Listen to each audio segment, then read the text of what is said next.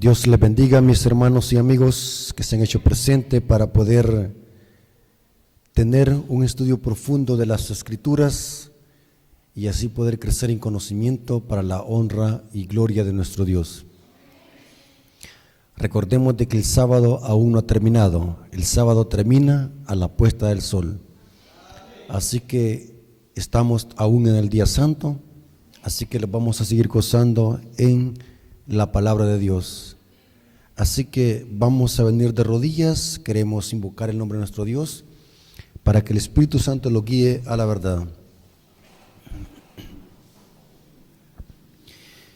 Bendito Señor que estás en el cielo, santificado sea tu nombre. Gracias porque nos permites poder predicar tu palabra en esta ocasión.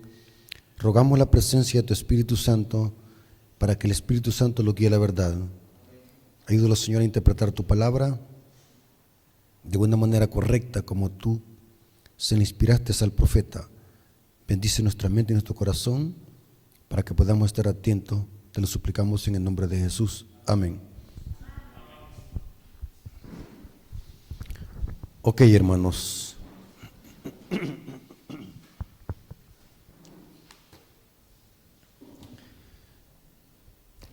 Queremos hacer un estudio profundo de las Escrituras sobre la teología de lo que es el pecado. Según la Biblia, no según el concepto del hermano Rafael, no según el concepto de la Iglesia Adventista, no del concepto según algún pastor, sino el concepto bíblico de lo que la Biblia enseña, lo que es el pecado.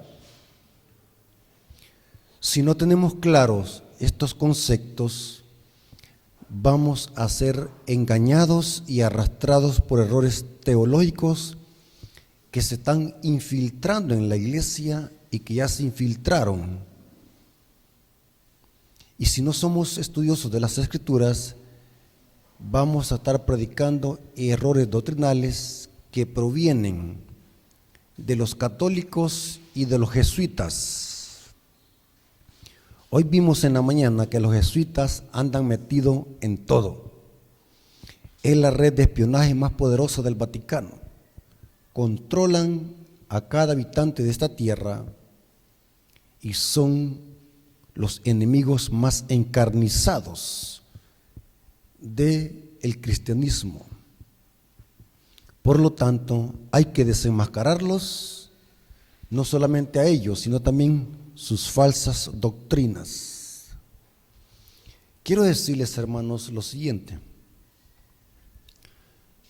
Siempre en el pueblo de Dios se han infiltrado errores doctrinales, siempre, sin excepción. ¿Estamos de acuerdo? Usted me va a decir, ¿a dónde dice la Biblia eso? Bueno, vámonos a la Biblia. Tenemos un lema, hermanos, los salvadoreños. Si no está escrito, no lo crea. ¿Sí? Noten lo que dice segunda de Pedro. El apóstol Pedro, inspirado por el Espíritu Santo, dice lo siguiente en su segunda carta, segunda de Pedro capítulo 2, versículo 1. ¿Lo tienen? Hubo también falsos profetas entre el pueblo. ¿Cuál pueblo? El pueblo de Israel. ¿Hubieron falsos profetas que señalaban errores, que extraviaban al pueblo? ¿Hubieron? Sí. Por eso era que Dios levantaba al verdadero profeta para llevar al pueblo otra vez ¿qué? Al camino correcto, a la ley. Hubo también falsos profetas entre el pueblo, como habrá también entre vosotros falsos ¿qué?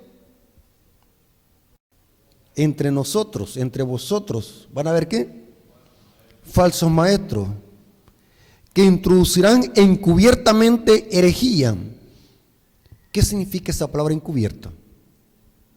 Que no despierta sospechas, sutil. Como cuando alguien entra, nosotros usamos una palabra que me da risa cuando la pronuncio. En El Salvador usamos una palabra cuando alguien entra a una casa sin hacer ruido. Entra así con las puntitas de los pies. ¿Cómo se le llama eso? Aquí. Cuando alguien entra así, despacito, que no despierta sospechas, sigilosamente. Así entra el error. Encubiertamente, que no despierta sospechas. Con razón son infiltradas en la iglesia los errores doctrinales, porque se infiltran sutilmente, sin alarmar al pueblo, encubiertamente, sin despertar sospechas. Y noten cómo se le llama: introducirán encubiertamente herejías destructoras, y hasta negarán al Señor que los rescató, atrayendo sobre sí mismo destrucción repentina. Falsos maestros y falsos profetas siempre han habido y lo habrán hasta el fin de los días. La iglesia adventista no está exenta de eso. En la iglesia adventista también se han infiltrado falsos maestros y falsas enseñanzas y herejías, y que muchos hermanos, por no estudiar las Escrituras, han asimilado estos errores doctrinales y las están repitiendo como loro en los púlpitos adventistas. Tremendo. Una de esas falsas enseñanzas que se ha introducido en la iglesia adventista, que no es parte de nuestras creencias. Pregunto, ¿cuántas creencias tienen los adventistas del séptimo día? 58. 28 creencias fundamentales. ¿Y doctrina? Tenemos 6 doctrinas. De esas 6 doctrinas se desglosan las 28 creencias. Esto que vamos a estudiar es ajeno a nuestras doctrinas y creencias, y que se ha infiltrado en la iglesia adventista por falsos maestros que han copiado esta teología al sistema católico romano y a los jesuitas. Saben, los jesuitas, si no te cortan la cabeza, hacen que el pueblo se corrompa, infiltrando errores doctrinales. Eso hacía el diablo con el pueblo de Israel. Si no mataba a los israelitas a través de las naciones paganas, hacía que en el pueblo se infiltraran errores y falsas enseñanzas que desviaban al pueblo de los mandamientos de Dios.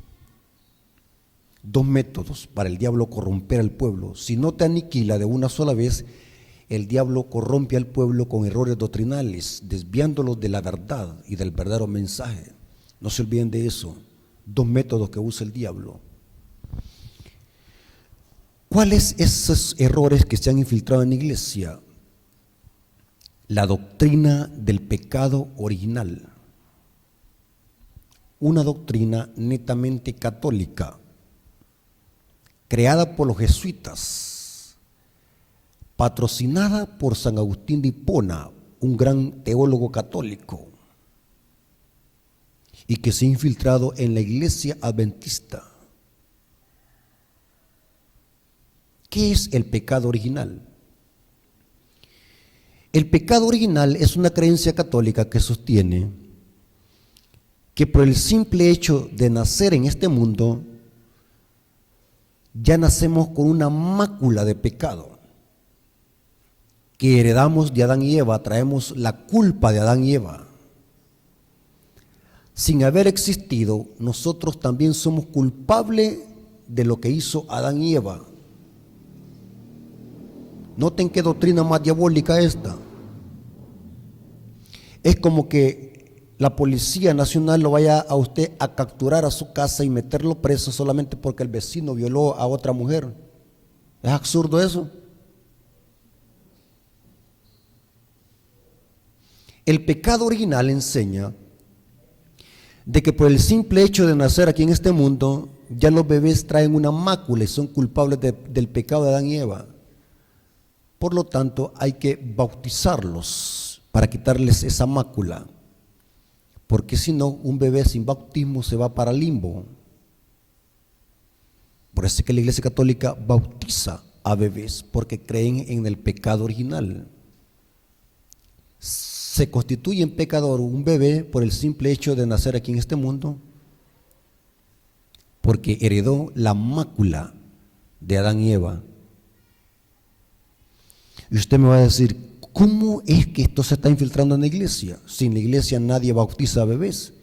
Es cierto, nadie bautiza a bebés, pero la doctrina muchos la creen, aún teólogos y eruditos están patrocinando esta teología en su literatura que se propaga en la iglesia adventista, y que muchos hermanos por falta de estudio desconocen estos errores doctrinales y los están predicando desde los púlpitos. La nueva teología que se infiltró en la iglesia desde el año 1957, con haber salido al público y a la iglesia un famoso libro llamado Preguntas sobre Doctrina, donde está saturado de la doctrina del pecado original, de que somos pecadores solamente por haber nacido aquí en este mundo. Nos constituimos en pecadores. Aunque a nadie le dicen que bautice a los bebés, pero esta doctrina ya se infiltró del pecado original. Entonces, si por el simple hecho de nacer aquí en este mundo ya nos constituimos en pecadores, viene otro error, porque un error lleva a otro error. Entonces, si por el simple hecho de nacer aquí en este mundo ya nos constituimos pecadores, entonces Cristo tuvo que haber nacido diferente que nosotros para no hacerse pecadores. De aquí es donde viene la teología de que Cristo adoptó una naturaleza humana santa diferente a la nuestra al nacer aquí en este mundo, lo que venía hablando la lección de escuela sabática en el día martes, diciendo que Cristo tenía una naturaleza humana santa. ¿Por qué razón? Porque Cristo al nacer aquí en este mundo no se constituyó en pecador por nacer, porque mientras nosotros sí somos pecadores por el simple hecho de nacer, por lo tanto Cristo es diferente a nosotros. Esa es la teología del pecado original en una forma sutil. ¿Saben qué es sutil? A hurtadillas, camuflajeadas, sin despertar sospechas, muchos no captan. Son millones de adventistas en el mundo que no captan este error, lo ven algo normal. Por eso quiero que estudiemos bíblicamente qué es el pecado. Usted tenga claro el concepto bíblico de pecado y que tengamos el concepto claro de lo que sí heredamos de Adán y Eva. Hay algo que heredamos de Adán y Eva, que ya vamos a ver que no es el pecado que heredamos de Adán y Eva, no es la culpa de Adán y Eva que heredamos. Lo que heredamos de Adán y Eva no es el pecado no se hereda, la culpa no se hereda.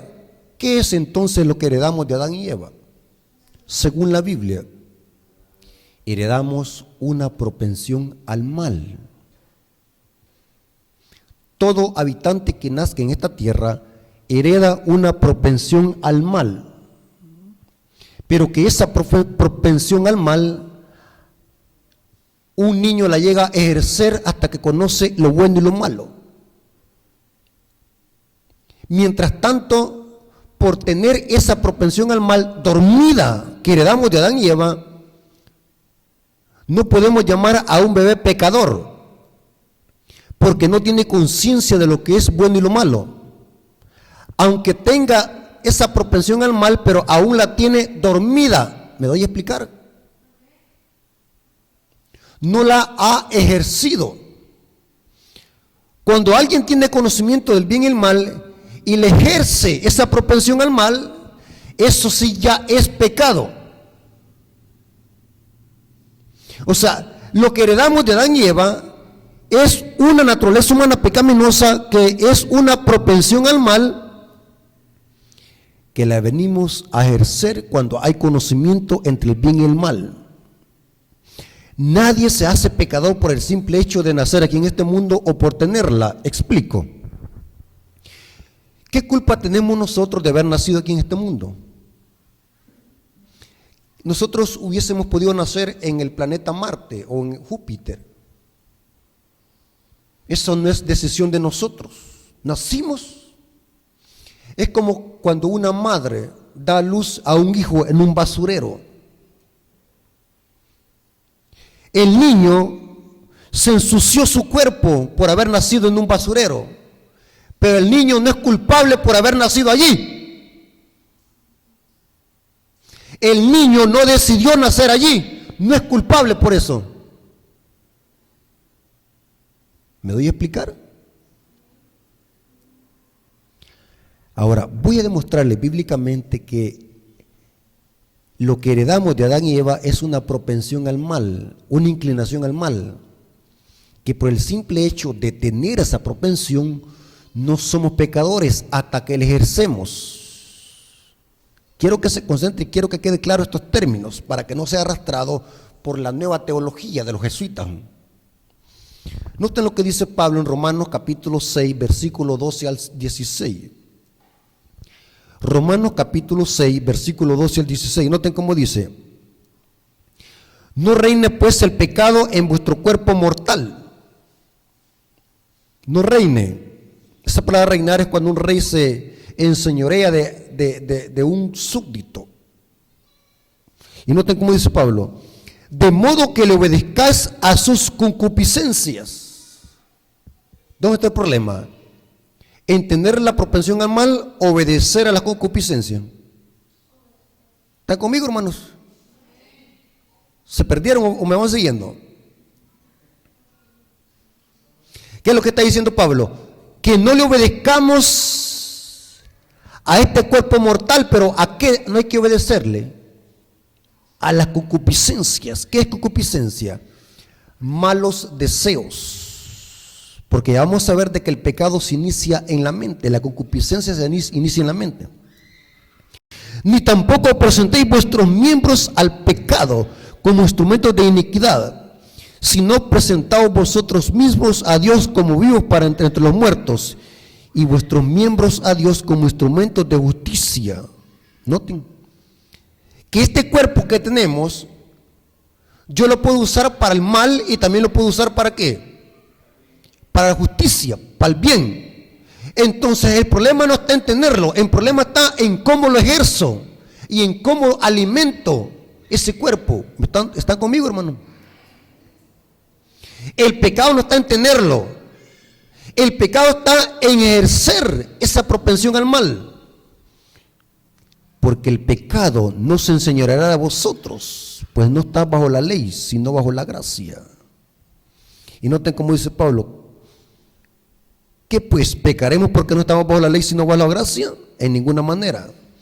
¿No sabéis que si os sometéis a alguien como esclavos para obedecerle, sois esclavos de aquel a quien obedecéis, sea del pecado para muerte o sea de la obediencia para justicia? Noten que está Pablo diciendo que nosotros podemos obedecer a dos patrones si nosotros queremos: al patrón pecado o al patrón justicia. ¿Notaron, hermano? Nadie se hace pecador por tener una naturaleza pecaminosa o una propensión al mal, a menos que le ejerza. ¿Está conmigo? Vamos a seguir leyendo. Gálatas capítulo 5, versículos 16 al 17. Noten cómo dice Pablo: digo pues, andad en el Espíritu y no satisfagáis los deseos de ¿qué? De la carne. ¿Dónde está el problema? ¿En tener la carne o en alimentar la carne? En alimentarla. Y saben que la nueva teología que se ha infiltrado en la iglesia entienden al revés, que el pecado está en tener la carne. ¿Notaron, hermano? ¿Están conmigo? No se vayan a dejar engañar. Sean estudiosos de la Biblia, lean el texto en su contexto. No satisfagáis los deseos de la carne, porque el deseo de la carne es contra el espíritu, y el espíritu es contra la carne, y estos se oponen entre sí para que no hagáis lo que queréis. ¿Dónde está el problema? ¿En tener la carne o cómo se usa la carne? ¿Están conmigo, hermanos? ¿Me están siguiendo? ¿Tiene sentido bíblico lo que digo? Un ejemplo. Un cuchillo es malo. ¿Es malo el cuchillo? No.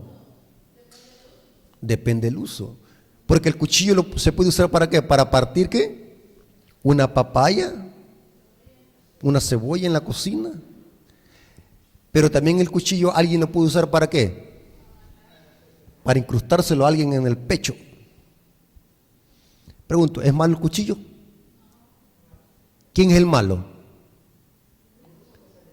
La persona, el uso que le dio.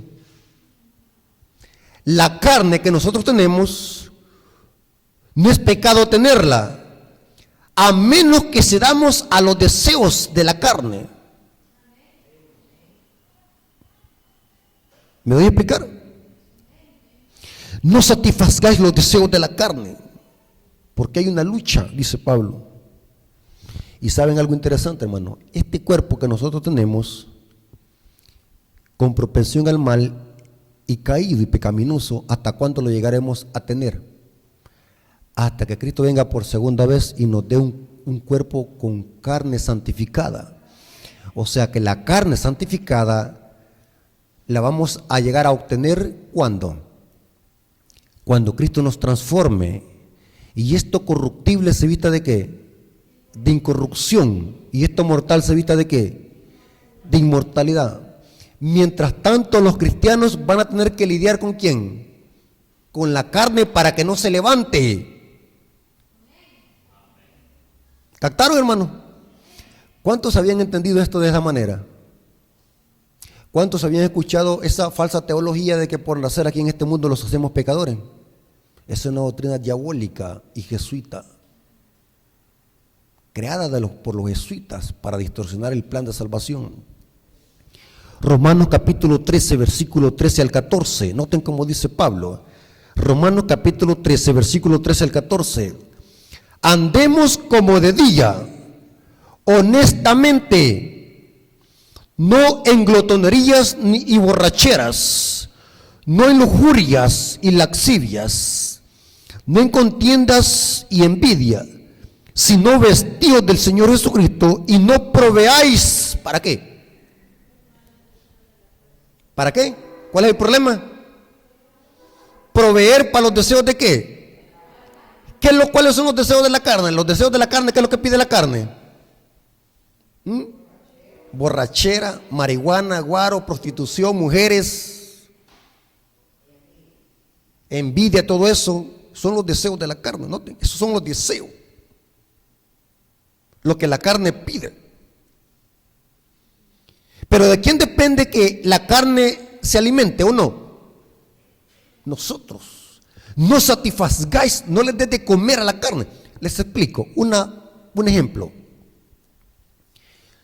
Si yo compro 2 leones y tengo un león aquí, que a este león le doy de comer todos los días carne, un gran filete, hasta que quede lleno.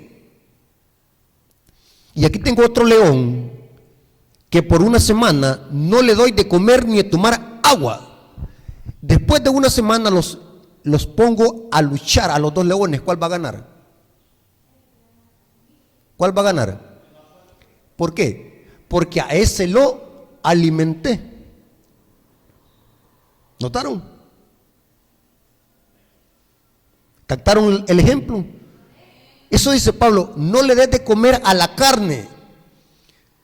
No satisfacéis los deseos de la carne. Pablo no está diciendo, ustedes ya son pecadores porque tienen la carne. O están pecando por tener la carne. Pablo está diciendo, ustedes pueden leer la Biblia, hermano, pueden leer español. No satisfagáis los deseos de la carne. No proveáis para los deseos de la carne. Eso es lo que heredamos de Adán y Eva, una propensión al mal. Y eso no es pecado tenerla, a menos que la alimentemos y proveamos a los deseos de la carne. Eso sí lo heredamos de Adán y Eva, no el pecado ni la culpa. Entonces, ¿qué es pecado? Según la Biblia, ¿qué es pecado? Nadie se hace pecador por nacer, ni tampoco nadie se hace pecador por morir la muerte primera. Esas son consecuencias del pecado, pero con el nacimiento y con la muerte primera no recibe condenación usted, ni nadie se condena por nacer y por morir la muerte primera. Porque imaginémonos de que nosotros, imagínense qué diabólica es esa doctrina. Si con solo nacer aquí en este mundo nos constituimos en pecadores, automáticamente Dios tendría que mandarlos al lago de fuego a todos los bebés y a todos los que nacemos aquí. Y si pecado también es morir, imaginémonos todos los hermanos que se han muerto durante todas las edades en Cristo Jesús, porque murieron, entonces se condenaron. Porque el pecado no es nacer ni tampoco morir. Esa es consecuencia del pecado, pero no es el pecado en sí. ¿Qué es entonces el pecado? Noten lo que dice 1 Juan 3:4. Va que es lindo estudiar la Biblia, hermanos. Cuando la Biblia se deja que se interprete a sí misma. Pero como hoy a nadie le gusta estudiar la Biblia, hoy solamente le gusta oír la cartilla del tal teólogo. Ay, ese hermano sí es famoso, pues sí le creo todo. Voy a cerrar la Biblia y me voy a sentar en una hamaca a oír todo lo que dice, me voy a comer todo lo que dice. No estudia la iglesia. Hermano, ¿y usted cómo sabe que el hermano Rafael lo que ha venido a predicar durante toda esta semana es verdad? ¿Cómo sabe usted que el hermano Rafael no le vino a meter gato por liebre? ¿Ah? ¿Han ustedes notado que cada cosa que hablo lo demuestro con un texto bíblico? Por eso es que son mejores los sermones expositivos. Presentar lo que el texto dice, sin meterle conceptos humanos al texto. ¿Qué es pecado? 1 Juan capítulo 3, versículo 4 al 9. Todo aquel que comete pecado, dice, aquel que nace, no, aquel que comete, que lo hace, aquel que comete pecado infringe también la ley. Esa palabra también ha sido añadida por los traductores, en el griego no aparece también. En el griego dice, todo aquel que comete pecado infringe la ley. Porque el pecado es infracción de la ley. En el griego Juan usa dos palabras aquí. Una es armatilla y la otra es anomía. Armatía en el griego significa errar al blanco. Y anomía significa no vivir en conformidad con la ley. Nomos es ley y cuando se le pone el negativo es no conformidad con la ley. Es un negativo.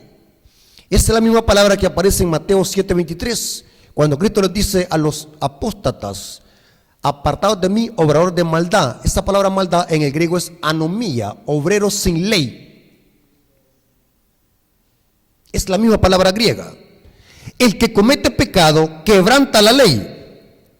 Y noten cómo dice, y sabéis que Él apareció para quitar nuestros pecados. Si somos pecadores cuando nacemos, ¿cómo Cristo lo va a quitar? ¿Va que es absurda esa teología del pecado original? ¿Captaron? Y sabéis que Él apareció para quitar nuestros pecados. ¿Quién? Pero ahora hagamos la siguiente dinámica. En lugar de pecado, vamos a poner infracción de la ley. Cada versículo que vamos a leer. Sigan mi dinámica. Y sabéis que Él apareció para quitar nuestras transgresiones de la ley. Y no hay transgresión en Él. Y todo aquel que permanece en Él no transgrede la ley. Todo aquel que transgrede la ley no le ha visto ni le ha conocido, hijitos. Nadie os engañe. El que hace justicia es justo como Él es justo. El que practica la transgresión de la ley es del diablo, porque el diablo transgrede la ley, ¿desde cuándo? Desde el principio.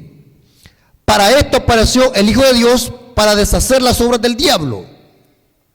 Todo aquel que ha nacido de Dios no practica la transgresión de la ley, porque la simiente de Dios permanece en él y no puede transgredir la ley, porque es nacido de Dios. Pregunto, Juan, ¿estas palabras se las está diciendo a un bebé o a personas con uso de razón? Hasta la palabra es absurda. Aquí están hablando de personas que transgreden la ley. Pregunto, ¿el diablo en el cielo quebrantó la ley cuando estaba como bebé? ¿Ah? Solamente estoy usando un principio para que entiendan. El diablo nunca fue bebé, pero estoy usando el principio para que entiendan. El diablo fue un bebé en el cielo y cuando era bebé quebrantó la ley por haber sido creado.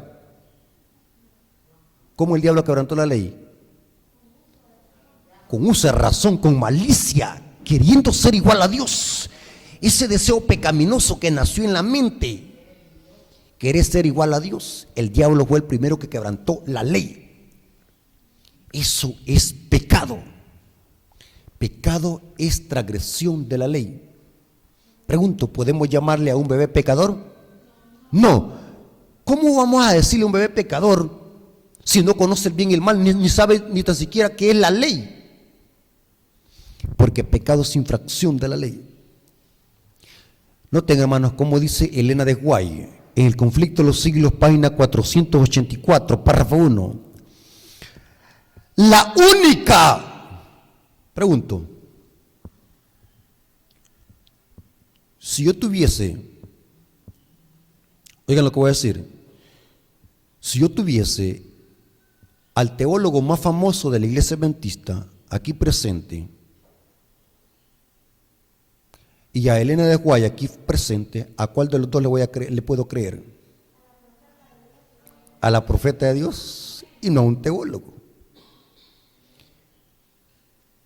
No estoy diciendo que todo lo que dicen los teólogos sea malo. Lo que estoy diciendo es que hay que medir con un termómetro cada enseñanza de cada teólogo. ¿Hace usted eso? Cuando usted compra un libro, ¿cómo usted sabe que lo que viene hablando ese libro es verdad?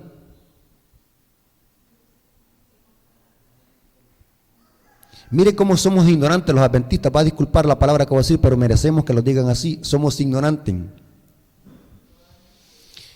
Si un libro trae la pasta de la Virgen de Guadalupe, inmediatamente lo botamos al suelo. Uy, esto es idolatría. Vamos a saber quién escribió el libro. Este libro lo escribió el sacerdote Luis Toro. Ah, no, apóstate, diabólica esta doctrina. La tiramos al suelo. Lo blindamos de la mente. Pero si viene un libro, en la iglesia adventista, este libro lo escribió el teólogo tal, y le ponen todas las maestrías para que quede más impactada la hermandad. Tremendo. Tremendo. Pues sí, este sí lo voy a leer. ¿Cuánto valen, hermano? $50. No me importa que valga eso, démelo. Somos tan simples y sencillos. Así como el error se mete, se infiltra. Y lo digo con respeto y no quiero que no me vayan a malinterpretar y queda grabado para los chismosos, porque siempre hay hermanos que malinterpretan malas palabras. No estoy criticando a la persona, sino que estoy recalcando un punto que es verdad. Dice el Espíritu Profecía que cada enseñanza, no importa cuán elevado sea su puesto, debemos de pesarlo con la ley y el testimonio. ¿Hace usted eso? No importa qué elevado sea su puesto. Dice que debemos de cerciorarlos si lo que dice esa persona está de acuerdo con un así dice Jehová. Lea el tema conflicto de los siglos, la escritura es nuestra única salvaguardia. Ahí dice eso. Para que no vaya a decir, hermano Rafael, se está inventando cosas. Noten lo que dice conflicto de los siglos, página 484. La única, ¿entiende usted la palabra la única? Allá le dicen a la única, a una fábrica que hace comida de cerdo. ¿Conocen esa fábrica ustedes? Que vende embutidos y comida de cerdo, la única. Yo creo que hasta aquí se exporta. Pero el término único o única, ¿qué significa? Que no hay más. La única definición de pecado es la que da el catecismo.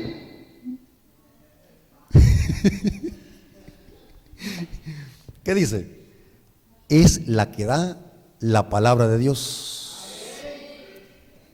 Y noten cómo dice: el pecado es transgresión de la ley. Es la manifestación exterior de un principio en pugna con la gran ley de amor que es el fundamento del gobierno divino. Es un principio que está en pugna, y vamos a ver qué significa eso.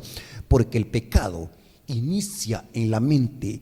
En la mente se infringe primeramente la ley virtualmente. El pecado inicia en la mente. Cada acción mal tiene su origen en una intención que se inicia en el cerebro, en el intelecto. Sí, ya vamos a ver, hermano. Agárrense de su silla, no se vayan a caer. ¿Ah? No se vayan a caer. ¿Cómo inicia el pecado? ¿Inicia por nacer? No. ¿Cómo inicia el pecado? Noten lo que dice Santiago, capítulo 1, versículo 13 al 16. Santiago, capítulo 1, versículo 13 al 16. Cuando alguno es tentado, pregunto, hermano, ¿es pecado ser tentado? No. ¿Dónde está el pecado? Vamos a ver que está donde, al ceder a la tentación. Cuando alguno es tentado, no diga que es tentado de parte de Dios, porque Dios no puede ser tentado por mal, ni Él tienta a nadie, sino que cada uno, pregunto, aquí Santiago está hablándole a los bebés o a personas con uso de razón. Noten cómo dice: sino que cada uno es tentado cuando de su propia concupiscencia es atraído y seducido. Entonces la concupiscencia, después que ha concebido, da luz al pecado, y el pecado, siendo consumado, da luz a la muerte. Amados hermanos míos, no erréis. Esa palabra erréis significa no se dejen engañar. No erréis, no se dejen engañar. Para pecar, o para que el pecado se transforme en acción, ¿dónde inicia? ¿Dónde inicia el pecado? En las uñas va. ¿A dónde inicia? En la mente. El mal deseo, la concupiscencia. Noten que la tentación viene. ¿De quién depende que la tome o no? ¿De quién depende que esa tentación entre al cerebro? De nosotros. Pero como nosotros no tenemos poder en sí mismo para poder revertir esa tentación, porque el hombre carnal no tiene poder en sí mismo para poder vencer el pecado, a menos que el poder de Dios esté en él. Por eso es que el ser humano necesita experimentar un nuevo nacimiento, porque en el nuevo nacimiento se le añade otra naturaleza, y es que nos hacemos partícipes de la naturaleza divina. Dice 2 de Pedro 1:4. Noten que cuando venimos a Cristo, la naturaleza pecaminosa no desaparece, sigue estando allí, porque vimos de que la vamos a tener hasta cuando Cristo venga por segunda vez. Vamos a tener que lidiar con ese dragón que llevamos dentro. Pero cuando venimos a Cristo y nos convertimos a Cristo, se nos añade otro poder. Inclusive hay un libro de Elena de White que así se llama, un devocional, El Otro Poder. ¿Cuánto lo han leído? Se habla del Espíritu Santo que le ayuda al creyente para poder vencer el pecado y sus deseos pecaminosos. El pecado inicia en la mente. Noten cómo dice esta cita: mente, carácter y personalidad, tomo 2, página 447. Hay pensamientos y sentimientos sugeridos y fomentados por Satanás. Satanás puede fomentar un mal pensamiento a nuestro cerebro. Y noten cómo dice: que estos pensamientos fomentados molestan aún a los mejores hombres, pero si no se les alberga, si se les rechaza por odiosos, El alma no se contamina por la culpa y nadie recibe la mancha de su influencia. ¿Captaron, hermano? Que el pecado, la mancha del pecado solamente nos afecta cuando le permitimos de que entre en nuestra mente, porque ahí se crea el pecado. Interesante. Ahora les voy a leer dos citas poderosas, hermanos, del Espíritu de Profecía, que nos dicen de que el pecado no es un estado, sino que es una elección que se decide en la mente. La batalla del pecado se origina en la mente. La mente es la ciudadela. La mente es la fábrica de los ídolos. ¿Han visto ustedes personas que dicen así: hermano, no tuve otra alternativa, tuve que ceder? Esas son excusas para pecar. Tremendo. Noten cómo dice esta cita, Patriarcas y Profetas, página 395. Ni aun las mayores tentaciones pueden excusar el pecado, por intensa que sea la presión ejercida sobre el alma. La transgresión siempre es un acto nuestro. ¿El pecado es un estado o una elección? Una elección. ¿A dónde se decide pecar o no? En la mente. ¿Saben de que la nueva teología que se ha infiltrado en la iglesia están diciendo hoy que el pecado es una condición y no estado? Es teología netamente jesuita y católica. Y si usted tiene un libro que hable de eso, métala al juego.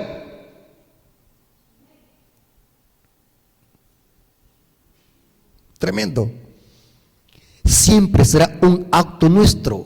No puede la tierra ni el infierno obligar a nadie a pecar, a que haga el mal.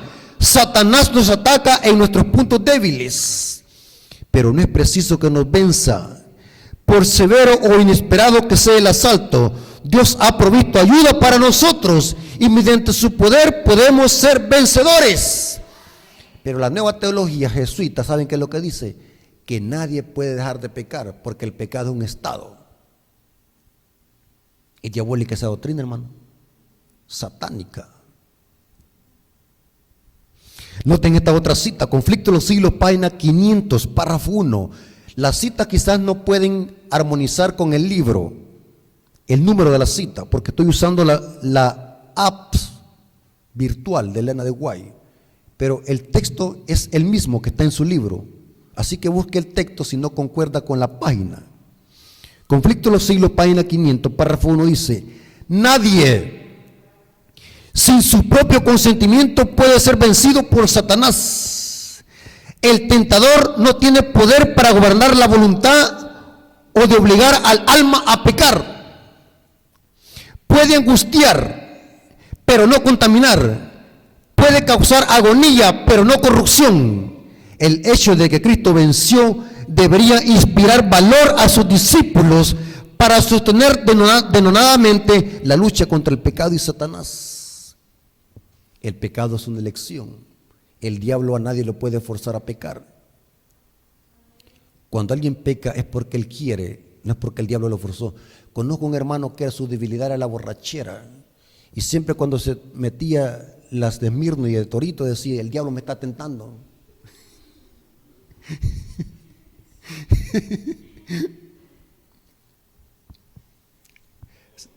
Ajá, le ponía, le echaba la culpa al diablo.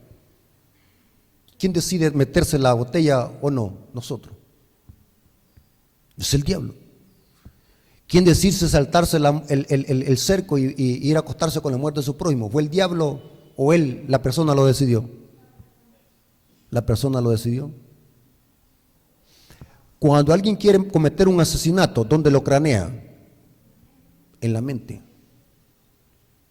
Cuando alguien quiere hacerle daño a usted, eso tuvo que haberlo planeado. En la mente. Todo es en la mente. Cuando alguien quiere tener 7 mujeres, ¿dónde está el problema? En la mente. Ahora, voy a leerles algunas citas para aterrizar. El pecado no se hereda. Cada quien paga por su pecado. Noten cómo dice Deuteronomio 24:16. Deuteronomio 24:16 dice: los padres no morirán por los hijos, ni los hijos por los padres. Cada uno morirá por su pecado. El pecado no se hereda. No se hereda. Es una elección. Noten cómo dice Ezequiel 18:20. Ezequiel 18:20 dice: el alma que pecare, esa morirá. El hijo no llevará el pecado del padre, ni el padre llevará el pecado del hijo. La justicia del justo será sobre él, y la impiedad del impío será ¿qué? Sobre él. Ahora, quiero que lo vayamos al Salmo 51:5. Necesito aclarar este versículo. Salmo 51:5. Es un versículo preferido, especial, común y famoso, que usa la teología del pecado original para sostener de que nacemos pecadores. Es el Salmo 51:5. Leamos qué dice el Salmo 51:5. ¿Lo tienen? He aquí, en maldad he sido formado, y en pecado me concibió mi madre. ¡Ve! Nacemos pecadores. Ahí dice el Salmo 51:5. Y muchos hermanos, como son ignorantes de las Escrituras, van a disculpar esta palabra, pero es verdad, creen este engaño. El Salmo 51 dice que nacemos pecadores. Este salmo lo usa la Iglesia Católica para hablar que los niños son pecadores y necesitan ser bautizados. ¿Qué hay que hacer, hermanos, para desmantelar una herejía y una falsa doctrina? ¿Qué es lo que les dije yo en una noche de estas, en un estudio que tuvimos? Lea el contexto del versículo para poder desmantelar esa herejía. ¿Se acuerdan de que el diablo en el desierto de la tentación citó las Escrituras? Citó un salmo, pero el diablo lo que hizo es citar ese salmo fuera de contexto. La promesa de guardar con ángeles a sus hijos no es una promesa para aquel que busca el pecado a propósito y la tentación a propósito, sino es para aquellos que están pasando pruebas y vicisitudes. Y el diablo citó ese salmo y se lo aplicó mal a Cristo para poner la prueba. Y citó el salmo fuera de contexto en el monte, en el desierto de la tentación. No basta con que alguien me cite un texto bíblico. Eso lo pueden hacer hasta los borrachos, los loros. Saben que un hermano tenía una lora que se podía el Salmo 23 y el Salmo 91. Y me encantaba oír la lora cuando lo repetía. Lastimosamente la lora murió de viejita. Se podía versículos bíblicos la lora. Hasta los borrachos, yo conozco borrachos cuando están bien patudos. ¿Entienden esa palabra patudo? Nosotros en El Salvador usamos esa palabra. Patudo es cuando está aquí bien alguien que, bien. Empiezan a decir textos bíblicos. Cuando voy pasando por la calle, me dice, hermano, venga.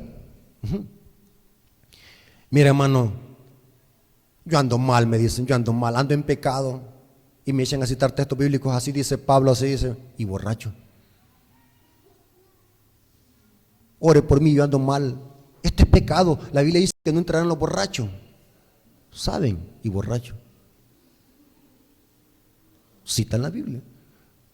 O sea, no basta con que alguien me cite la Biblia. Necesitamos ver el contexto de los versículos, porque el diablo es astuto en manipular la Biblia y sacarla de contexto. El Salmo 51 no está diciendo David nací pecador.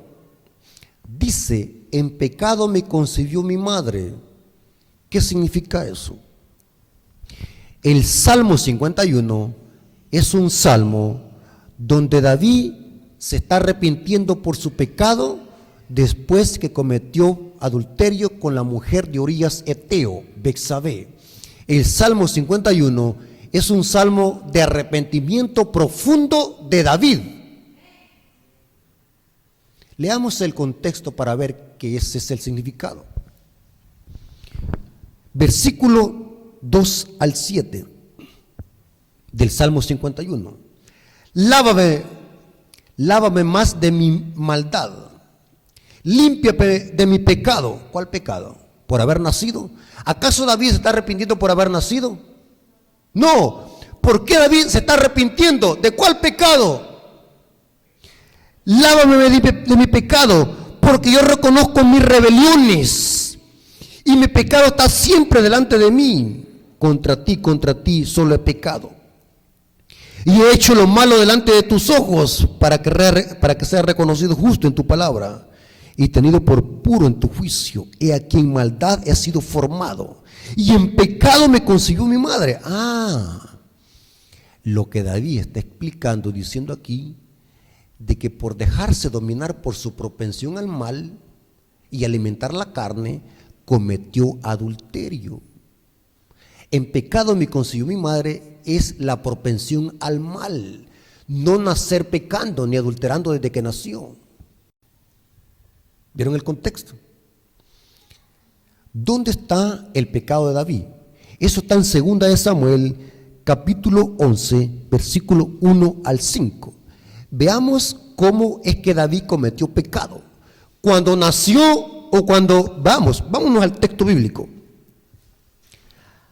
Aconteció al año siguiente, en el tiempo que salen los reyes de la guerra, que David envió a Joab y con él sus siervos a todo Israel. Destruyeron a los amonitas y salieron a Raba. Pero David se quedó, ¿a dónde? En Jerusalén. Y sucedió que un día, al caer la tarde, que se levantó David de su lecho y se paseaba sobre el terrado de la casa real, y vio desde el terrado a una mujer que se estaba bañando. ¿Qué es lo que vio? ¿Con qué se ve? ¿Con las uñas o con los oídos o con los ojos? Con los ojos. La carne, ¿cómo se alimenta? Según lo que vemos. ¿Saben de que Cristo dijo de que los ojos son las ventanas del alma? Vio a una mujer bañándose, la cual era muy hermosa. Pregunto, ¿las mujeres tienen culpa de ser hermosas? ¿Tienen culpa la mujer? ¿Betsabé tuvo culpa por ser hermosa? Pregunto, ¿Betsabé tuvo culpa por bañarse desnuda allí? No, porque una mujer se puede bañar desnuda en su casa, es suya. Si los baños para eso son para bañarse como usted quiera bañarse. ¿Sí? ¿Está conmigo? Le estoy poniendo así la base para que entiendan cómo el pecado inicia, para que podamos refutar y desmantelar la falsa teología que se ha infiltrado en nuestra iglesia adventista, y hay que desenmascararla. Betsabé ni tan siquiera se daba cuenta que alguien la estaba viendo, porque yo aseguro que si hubiese sabido que alguien la estaba viendo, no se hubiese bañado. Y dice que la mujer era muy hermosa. Pregunto, y quiero que se concentre, hermano. Ver, y eso lo dije en la mañana, ver a una mujer desnuda accidentalmente, ¿es pecado? No. Porque David ni tan siquiera se quedó con ese propósito. El texto no dice que David se quedó ya planeando ese pecado para ver la hora que esta mujer se bañaba. Ni tan siquiera sabía que esta mujer existía, porque mandó a preguntar, ¿y esta mujer bonita quién es? ¿Quién es? Quiero conocerla. Si David hubiese visto una sola vez accidentalmente a esta mujer, no hubiese pecado. Pero ustedes leen en la Biblia, el texto bíblico dice que empezó a preguntar por ella. Ahí empezó que la codicia, el interés en la mujer, el interés, la concupiscencia empezó ¿qué? A trabajar, y David empezó ¿qué? A alimentar los deseos de la carne. ¿Están conmigo? Y noten cómo dice, la cual era muy hermosa Y envió David a preguntar por aquella mujer y le dijeron: aquella es Betsabé, hija de Elián, mujer de Urías Eteo. Y envió David mensajeros. Noten cómo el pecado va en la mente ya de David. Y la tomó y vino a él, y él durmió con ella. Luego ella se purificó de su inmundicia y se volvió a su casa, y concibió la mujer y envió a hacerlo saber a David, diciendo: estoy embarazada. Era rey David, no podía decir a la mujer: no, yo no me voy a acostar contigo porque yo tengo a mi esposo. No, un rey tenía que obedecérsele, es el rey de Israel. Y miren, dio a luz al pecado, quedó embarazada. David en el Salmo 51 lo que está diciendo, que no está disculpando su pecado, por dejarse dominar por su propensión al mal, cometió adulterio con Betsabé y hoy se está arrepintiendo por su pecado, no por haber nacido. Mi pecado, límpialo con hisopo. ¿Cuál pecado? Este grande pecado que hizo de haber adulterado con Betsabé. Y dice el Espíritu Profecía que por este pecado se le vino abajo su reino.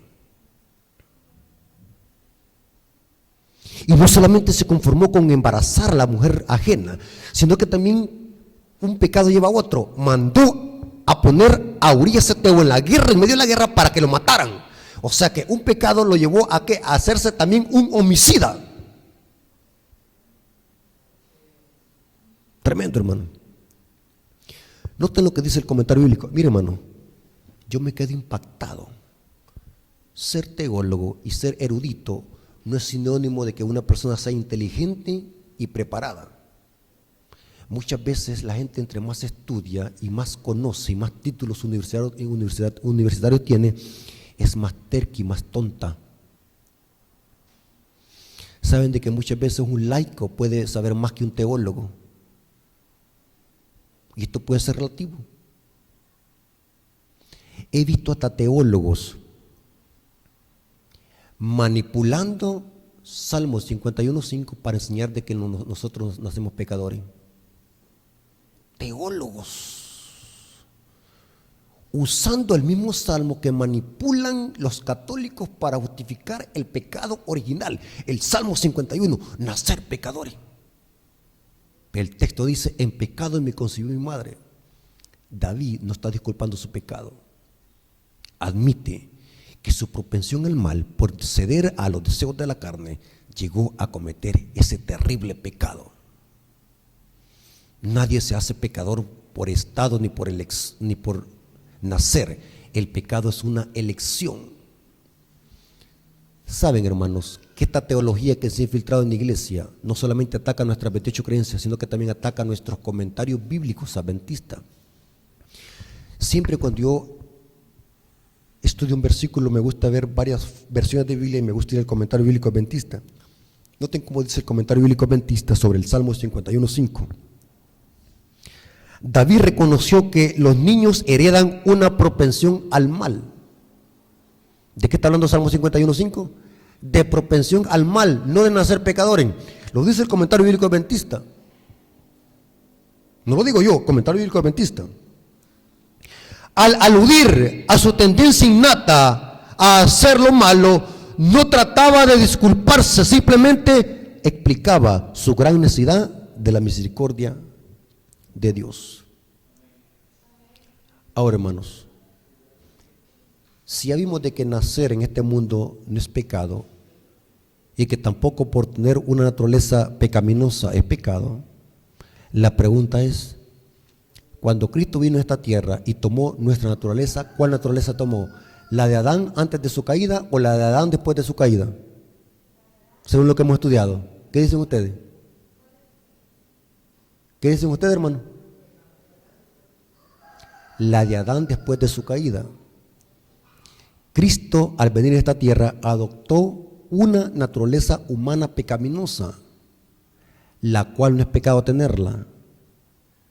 Pregunto, ¿Cristo estaba en su libre libertad ejercer esa naturaleza pecaminosa si él quería? ¿Ah? ¿Podía pecar Cristo si él quería? Sí. Pero ¿por qué Cristo no pecó? Porque en su mente, antes de que la tentación entrara a la mente, Cristo decía que escrito está.